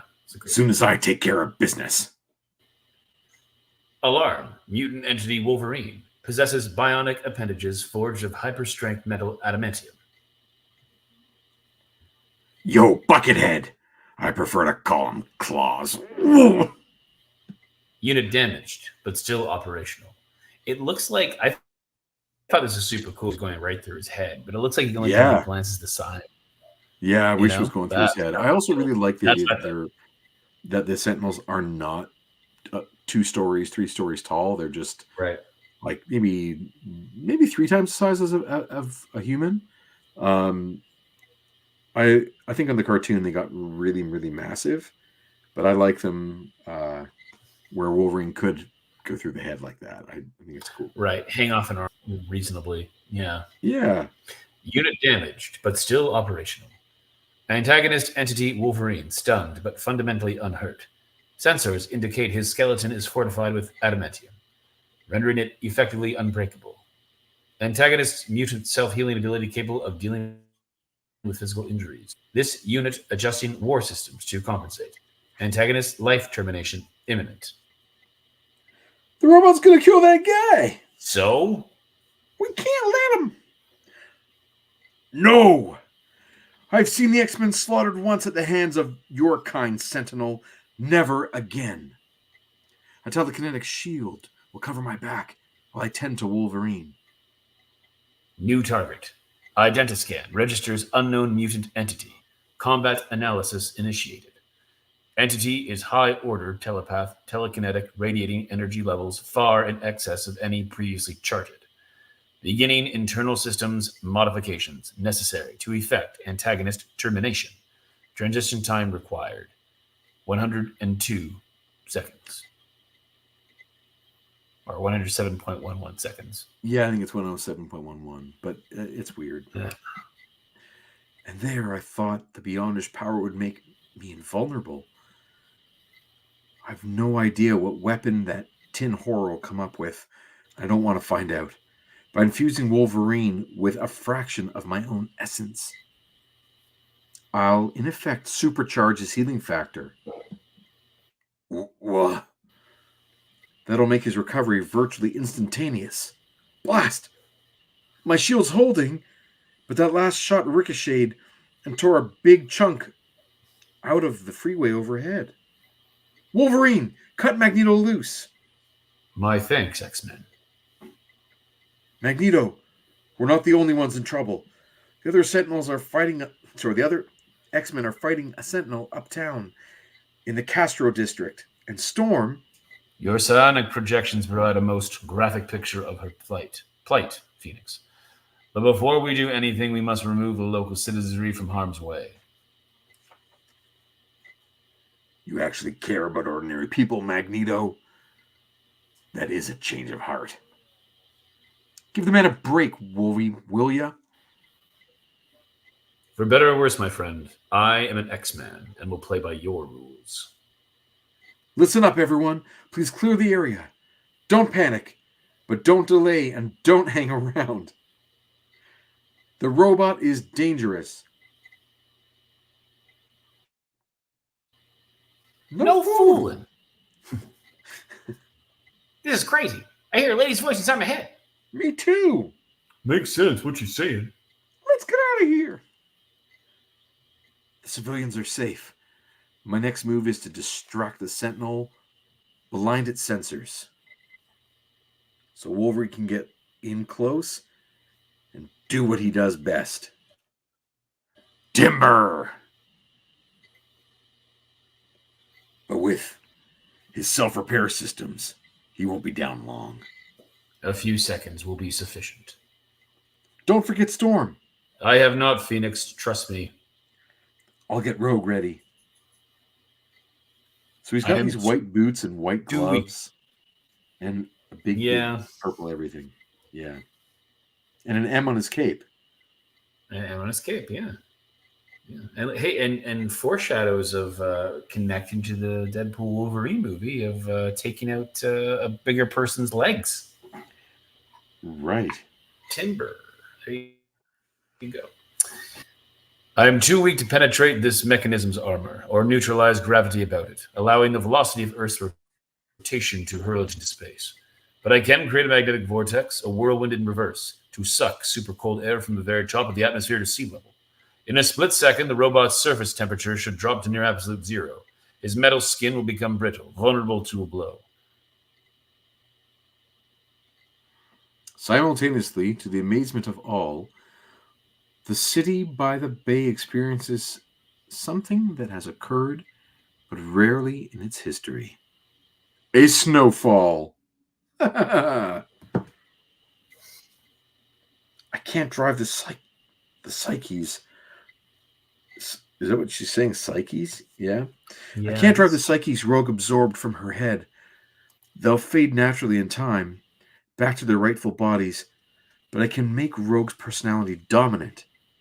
All the incredible power the Beyonder gave me, and I can't do any more for her than a little stopgap first aid. The power's his to begin with.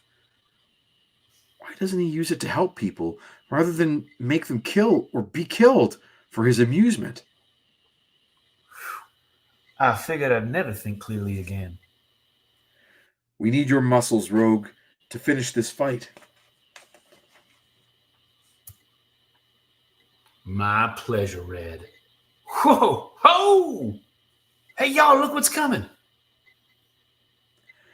In the cyclone's heart is the blackbird, drawn gently down from the ionosphere. Its descent as carefully controlled by Magneto as his whirlwind. Meanwhile, a mile and a bit uptown, at the intersection of Market and Church, Antagonist, identifaxed as mutant entity Colossus. Physical substance consists of organic steel. Inherent tensile strength is considerable, but it can be overcome. Ow. Takes a pull to the head. Yeah. Antagonist termination imminent. Gotcha. That was close. If I hadn't grabbed Peter and phased him to the ground. Antagonist escape indicates presence of mutant entity, identifax designation Ariel. Wrong, dummy. That was her name in the world we came from. Here she's Shadowcat. Excellent, Phoenix. Don't tell him anything. Don't let him update his identifax. Yeah. Editing. Entry for Excellent, Phoenix. Damage minimal. Data relays from other Hunter units have enabled this unit to armor itself against previously utilized stratagems. But Monter, suppose we come up with a brand new idea of our own. Antagonist's weapon is too fragile. Impact effect on this unit negligible. Surprise. If you thought that trick was impressive, comrade, watch what happens when I let the ball go. You were right, that sound effect too. Zorched. Zorch. The robot is short-circuiting. We have disrupted its internal systems. You had no idea you had phase within my body, combining your body with mine. A cat. Yeah. And your metal hide masked me from its sensors. Over to you, Phoenix, for the coup de grace. Cover your eyes, everyone.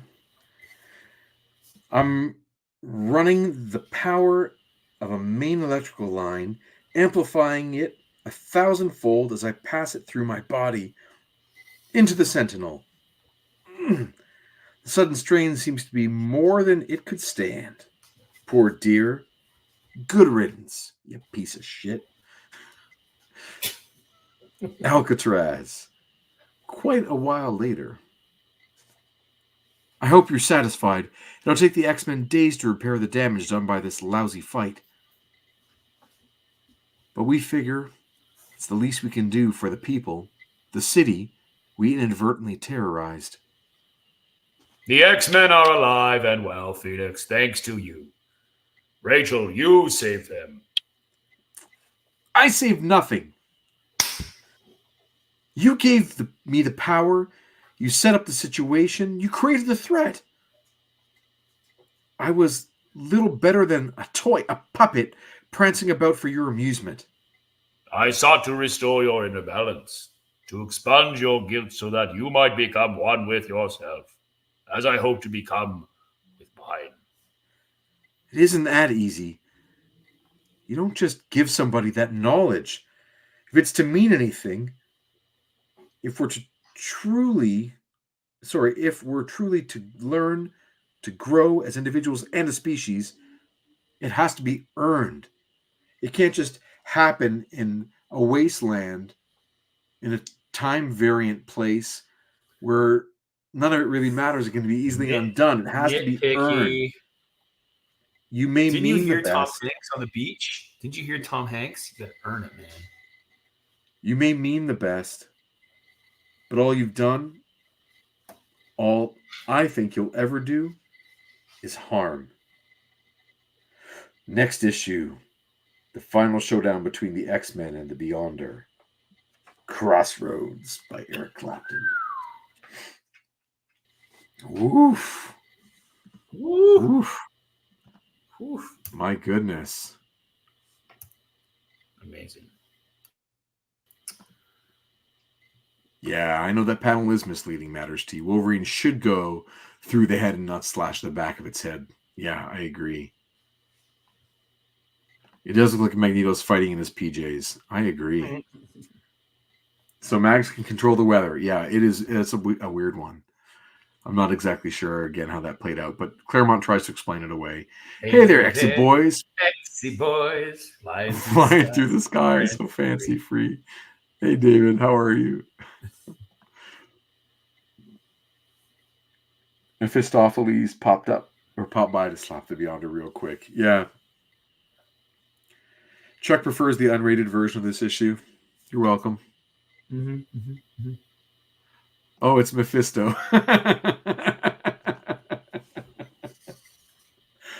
Yeah. That's funny. Hey, dude. I love how this dual image of Duke and Prime. Yeah. Kind of in the same motion. That's kind of cool.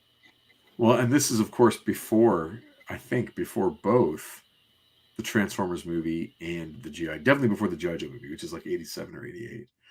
I don't think the Transformers had reached cinema yet, but it's like maybe on the precipice. Given that this is put together in 85. Spoiler alert, both are going to die.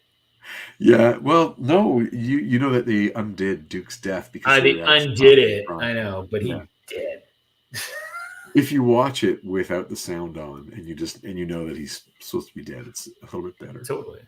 And then when Duke turns, remember he turns gray on, and he's like, and then he just falls down. Everyone's like, what the fuck? Somebody should make a customized Duke that is that gray with the chest that opens with the matrix of leadership, but something G.I. Joe as an object. You're reaching into his chest, bro. In G.I. Joe cartoons, they actually have an episode with a MacGuffin device. And it's called the MacGuffin device. Like, that's the name of the object that they're all chasing. Classic. And for the whole, well, as kids, like, we didn't know what that was. That's sort of how, that was my introduction to the premise of a MacGuffin device was from that episode. So they could have one of the classic G.I. Joe objects inside an opening chest of a gray Duke figure. That'd be hilarious. Anyway, moving on. You heard us, Hot Toys. Make it. Yes, make it, Hot Toys. So moving on from that, there is some original art of the cover. Cool. Neat to see. Nothing no surprises there. I thought it was pretty consistent with what we saw. It's just nice to see. And I know that it's not the best way to see these images. So again, if you just type into Google on your own bigger screen where there's not YouTube's compression, if you just type in Uncanny X-Men 202 original art, you'll find a variety of images, including this one. Just cool to see, and you get this awesome page. And you can see how the art has aged, of course, how it yellows around the edge, and where there was glue put on, and where things might have fallen off, but still cool to see. And there you go, that contentious moment. But it's really like GRGR's movement is so beautiful. The rendering is one thing from Williamson, and the movement that GRGR uses is just so gracious, or so graceful, I mean. At times, he just is such a superstar. Yeah, big fan. Yeah. Big fan. Great page. Yeah. Hey, you. What's up? Oh, man. Jason Jose says, Lord, the amount of crying kids in that movie theater when Prime died. Trauma. So I had those kids. Yeah, I had a very microcosm of that. If you ever saw the Lego movie, which we saw both in theater, Lego movie 1 and 2, and the Lego movie 1 did really, really well. All the sets and the characters, all those minifigures and all the characters, it was like very successful, and kids all bought in. And there was a few years in a row of like really big budget Lego movies, including Ninjago and Batman Lego movie, which is great. So when the number 2 came out, and spoilers for that, the premise for the next step, so the premise of the first one, of course, is that it's a son playing with his father's sets, and his father does not want him to take his sets apart. So it's that like use your imagination versus follow the instructions and leave it perfect. And that's that conflict. And the next one, if you haven't seen it out there on the internet, it's the brother and sister, both with their different modes of play, and they're different versions of imagination, and how those things get along or don't. And so the kids in the real world are fighting about how to play with Lego. And Maya Rudolph plays the mom, and she has this thing. She says to them, like, if you guys can't get along, I'm going to put the Lego away in the bin and like close the bin. And this is at the climax of the entire movie. The mom takes all the Lego, puts it in the bin, and like closes the lid. And as it comes over, I was in the theater with my kids who were old enough to know how sick I am. And that lid closes and it's silent. And it was probably just for one beat too long for the audience. Because I would say like 2 or 3 dozen children started crying right then and there in the silence of that moment. Bin is closed, it's black. And I burst out laughing because, again, they weren't my kids who were crying. Mine were old enough to know it was okay. And I was just having like flashbacks to Transformers and like these movies that devastate E.T., movies that devastate children. And I also know, of course, the bin's going to get opened up again in a minute. You know, it's not going to last. So the terror will be gone. But man, what a joy it was to yum, to bask in the tears of all those children. The pain and the tears of all those children. Yeah, for about 15 seconds as they thought the movie was over. Lego is over. There's no more toys for these children. It was just beautiful. Oh my God, I loved that moment. It was great. Wasn't it the bin of Storage or something like that? It was like I gotta watch it again. I don't like remember. That. I don't remember what they called the bin, but good. it was such a beautiful moment. Anyway, Chris. Yo. I got itchy. What else is going on with us? What are we doing? What's next? Oh, geez. We got shows coming up. Your Yazoo coming out Saturday. Next Saturday, August 17th, we're going to be at Wayside Comics in Richmond Hill, Ontario for artist showcase. It's going to be us. We're going to be there with our books, and I think you're going to be running a drawing club as well while we're there. Yeah, and, man, the Superhero Sketching Club. We're going to have the inaugural session of the Superhero Sketching Club at Wayside Comics and Cocktails, 200 Main Street South in Newmarket, Ontario. Can't wait for that. We're going to be... I'm curating an image that all the participants are going to be working on their own version of that classic comic book image. We're going to work for about 90 minutes and deconstruct it a little bit, talk about how the figures are positioned and get our angles of the body parts as close as we want to the original, and then move off on our own directions with our piece and hang out and have a beer and draw comics together. So that should be an awesome inaugural session of the Superhero Sketching Club. You're going to bring them to me and I'll grade them all. D. It's like that kid's 4 years old. I'm like, F. They're not going to be little kids. I think the youngest one registered at this moment is a student I've had already in 2 other sessions. She keeps coming back. So looking forward to that. And there'll be adults some teenagers together in that one. Cool. So it should be lovely. But you and I'll have a really good hangout for the day up in Newmarket. Yeah, totally. We also are going to be doing our Q&A. We're going to be doing the A to the Q of the By the Wayside show with our host Jordan. That should be fun to talk to Jordan. He's been working on his questions clearly from the cue cards he's been posting on Instagram. So we got that on August 17th. We've got the Guelph Comics Jam on September 14th, Sunday, September 14th. You and I will be in Guelph, Ontario. I cannot wait for that. That'll be a joy. With some cool comic creators, a whole bunch of friends and some people who do some pretty cool stuff. Is it October 5th in Whitby? I think so. October 5th, we're in Whitby FanCon with some other creators for a big comic fandom fest in Whitby, Ontario. And then the new show on October 27th in Newmarket at Wayside. Wayside Creator Con. And don't forget, of course, the Mountain Music Festival, March 14th to 18th. Never forget that. Yeah, it's very, very important. It never gets old, that joke. I look forward to it every week. I think David just tunes in as close to 11 o'clock as he can, just to find us so he can make that joke, which is good. It makes my night. But overall, actually, we never even said this issue of comics was kind of weird. It's longer one of those things where it doesn't really matter maybe moving forward, except for whatever happens to Rachel. Right. There's a chance for her to like come to terms with maybe her anger and her guilt, and Beyonder was just there as a vehicle for her to overcome those things. Is that what you think as well? Yeah, I mean, it's a way to tie in it too as well to the whole Secret Wars 2 stuff. Yeah, I bet you there was just a directive like, hey, do a Secret Wars thing. You have your team fight the Beyonder, and Claremont saw it as an opportunity to do some character work. So no harm in that.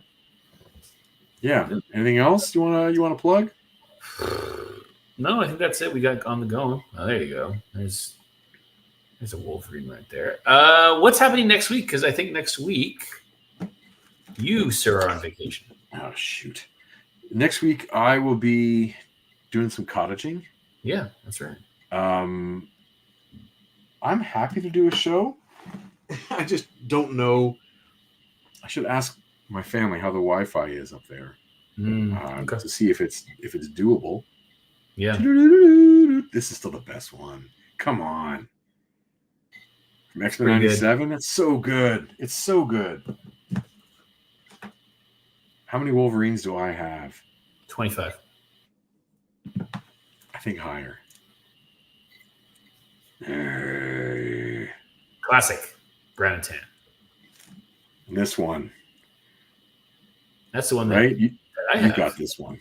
Yeah, I got to change those claws out, though. I don't want blood or fire claws. Fire claws. Yeah.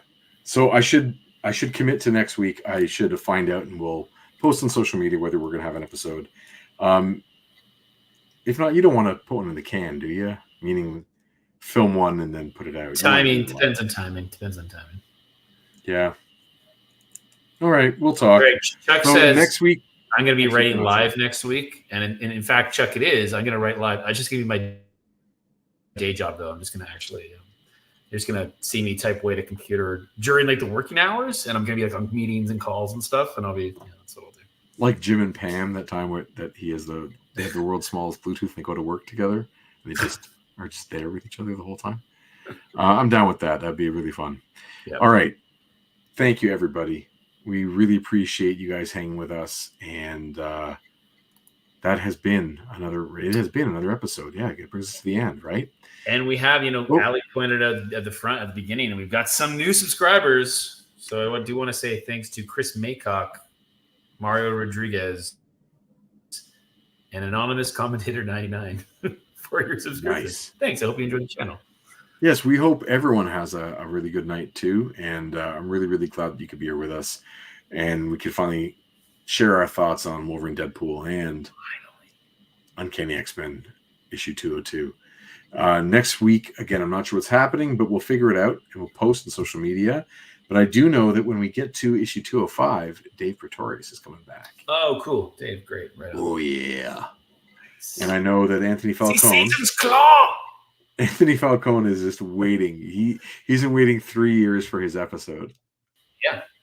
Yeah. Which one is it? It's like 2. What do you want to do? I think 211. I have it on my list. Anyway, that brings us to an end, or to the end of another episode of Previously in X-Men. Thank you to my good buddy, writer of Group of 7 and Peregrines, Chris Sanagan. You can find out more about our comics, of course, and upcoming appearances at group7comics.ca. Follow us on @group7comics on all the social medias. Please click like and subscribe and tell us your take on Deadpool and Wolverine. Keep it X-y though, please. And on the X-Men comics, especially this particular run from Chris Claremont. In the comments below. It makes a big difference when you do, by the way. Thank you for the engagement. Cool. And thanks, bub. And have a good night. See ya. Thanks, everyone. Goodbye. Thank you all.